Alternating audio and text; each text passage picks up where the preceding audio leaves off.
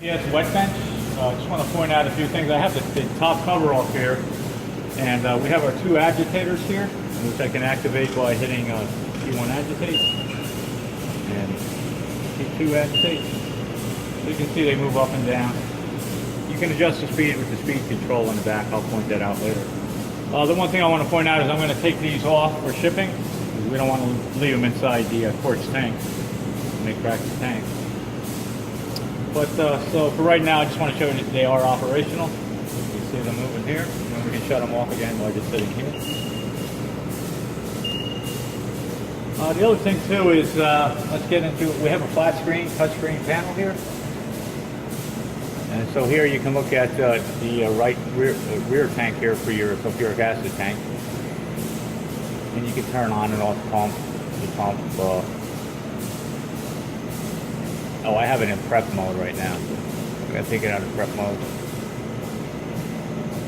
And at any time you can turn the pump on and off. I'll just put it back to prep mode. And again, the same is true here with your second tank, or your first tank on the left side. And then you got a your QDR, which is in the front here. Here I can just for instance, do a dump here, and you can see that the water is running out. I'm just running it manually here. If you were to go into a setup mode here, you'd be able to see your set up your program for your dump rinse here. The one thing with this software, there's many different ways to control the system. And so, for instance, here this is just strictly manual here, and then I can do a high flow. You can see the water filling up in it, and it's quick dump rinse. I can do a DI spray. So as you look down here, you can see the DI spray and the bottom fill are both working here.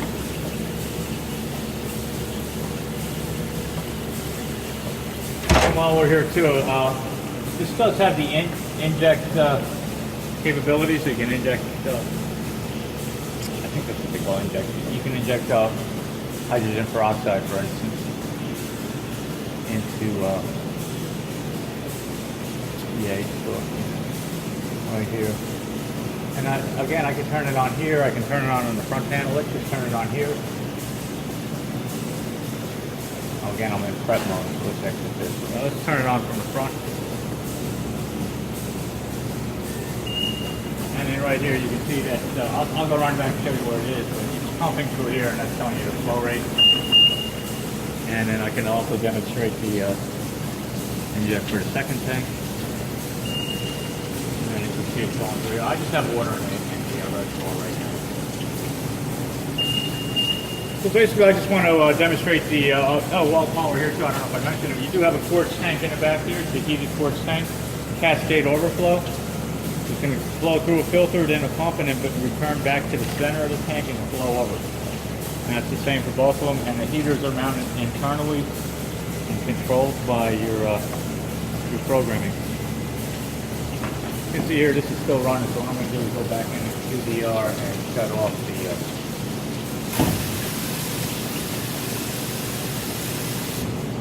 okay. So this is what your system looks like. Again, I'm going to remove these two for shipping. I'll provide you with the nylon screws that attach it. They're labeled left and right. You do have some buttons in the front here to start your processes. And then you can stop. This one I have no time in the recipe, so it's automatically telling me it's complete. And same here.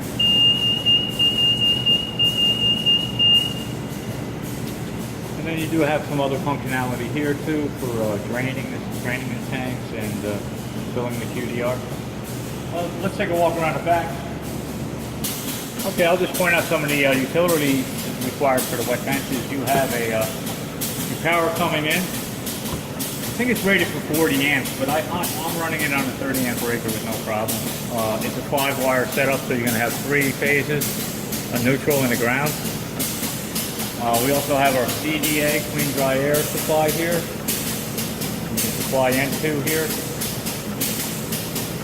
I'm just running air to both of them, but you can separate that out with the CDA and N2. Down here you're going to have a VI supply, water supply. And on the other side there, you see I just have it plugged right now. But you can't have that return out. It's in a loop. We also have a DI water, city water supply down here. And then finally you have a drain for the back funnel, which is this part here, where the pumps are. You'll have a tank 2 drain, tank 1 drain, and then your main drain coming from your front funnel when you do a PDR. So while we're back here, here's our pump for tank 2. There's no filter in here, you have to put a filter in, but it's filtered, pump through here. And then here's your other pump here, tank 1. Again, you have a filter in here, there's nothing in there right now. Here's our reservoir for the hydrogen peroxide. And then here's our metering pump up here.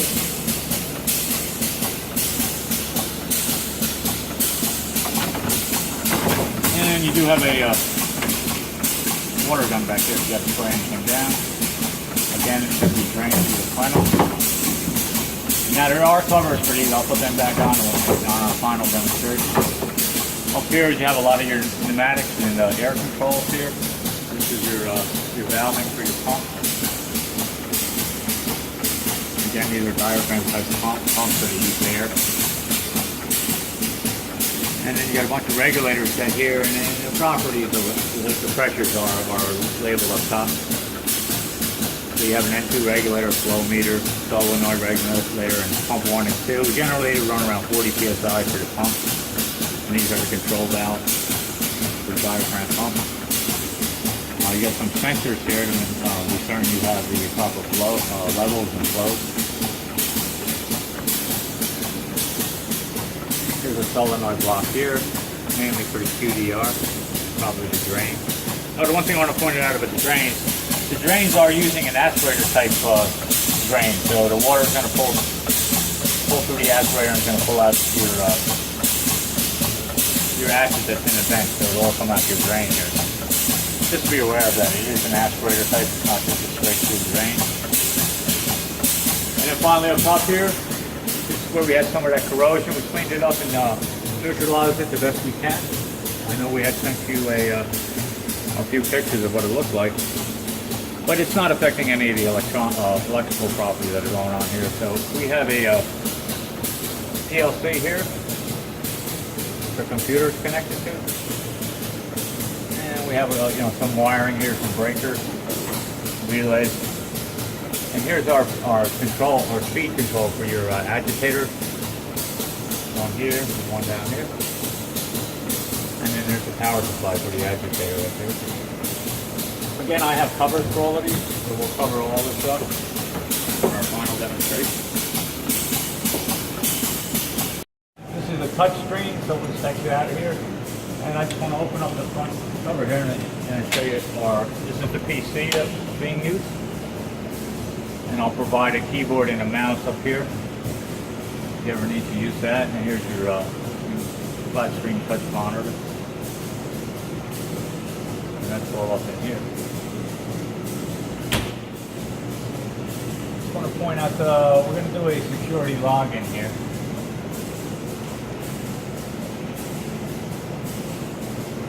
Point out real quick, what I've been using is Tool Manager. And you go to password here, TM. Oh, I can't see it. Got a little glare there. Enter, and then I can hit OK. Oh, I didn't enter the username. Let's go ahead and enter Tool Manager. And the password's TM.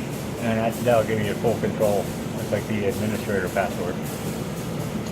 And just, there are a couple other usernames here. I think all you need to do is maintenance with the MA, operator OP, and process engineer PE.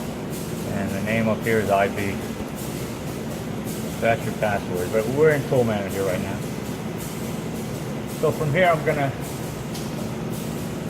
exit SideTalk, which is the program that's running. I must have not logged in properly. Let's try it again. Tool Manager, password, TM.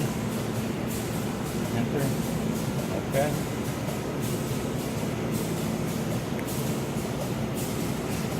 And I'm going to exit the program now. See if it'll shut down. So what I'm going to do next is I'm going to put the covers on everything, and we're going to run a bit service type recipe that we'll power up the system from the beginning, and I'll show you how to load the bit service recipe I have programmed in the system. All the covers on the system now, and the system's off. I have the power on to it using the breaker on the side here. And what I'll do is I'm just going to hit power on, and you'll see that eventually the computer will turn on.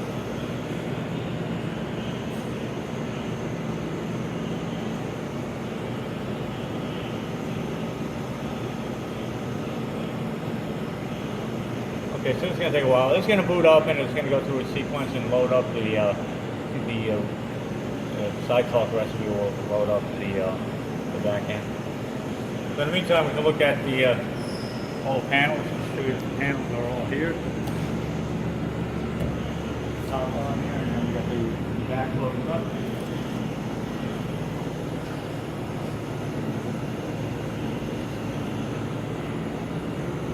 You can see it's running on Windows 2000 Professional, the operating system.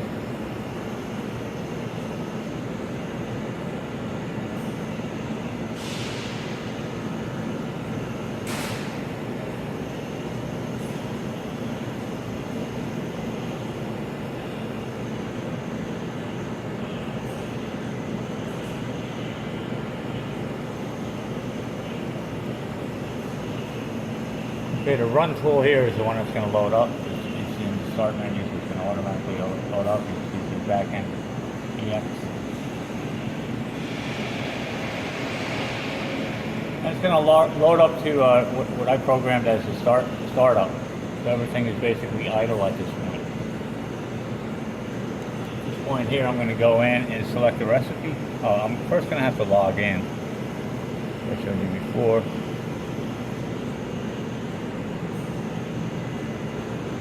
I'll just use the tool manager again.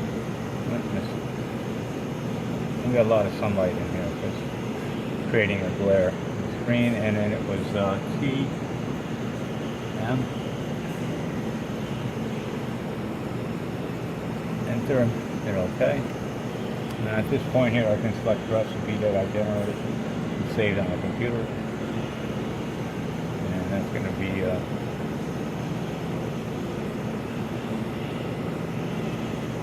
would be the bid 50C 1 minute. So I'm going to be at 50C, and it's going to run for 1 minute here.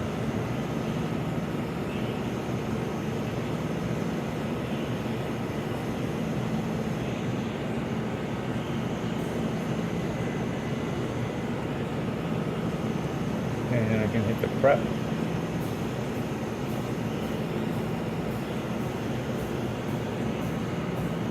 And here you can see the parameters I have set in here.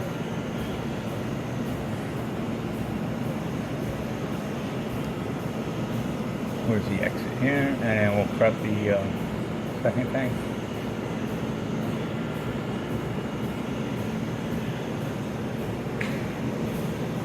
And you can see it's showing that the heater's turned on here. And here's our 10 minutes is programmed in. Our temperature.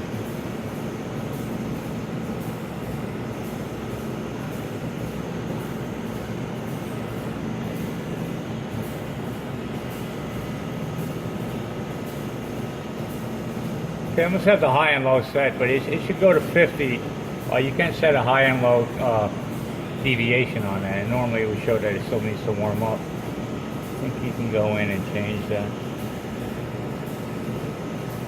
Only other thing, you just want to make sure our tank is full, QDR is full. Alright, so what we'll do is we'll wait for this to heat up, and then we'll come back and we'll just we'll put a cassette in one of the agitators here, and we'll go ahead and run a recipe here, a process. So now we're all set up to run the bid 50C 1 minute, so both tanks are at 50. See your temperature here, and there's your timers below on the second line. And we can also do a dump rinse. And the way to start that is I'll just go ahead and push the button in the front here. Start one first. See the agitators work. And we'll go ahead and start two. Same way.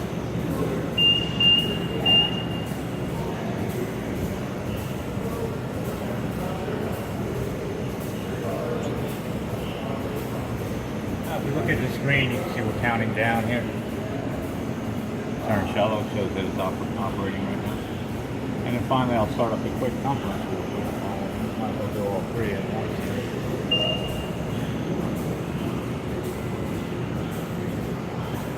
See, I have it set for 3 cycles. Doing the cascade overflow. And here you go now. There's the first dump. Get a little sway back.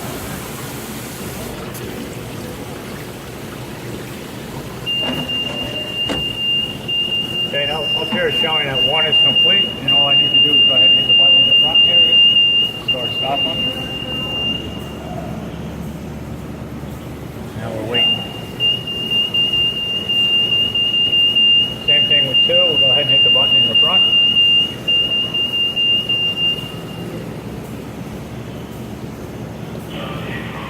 And the cascade still, the quick dump wrench is still running.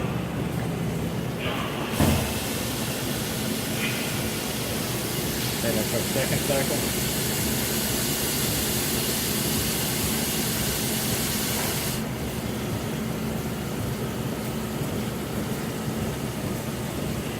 Okay, and when that completes, again, we'll just hit the start stop on here to stop. That's about it.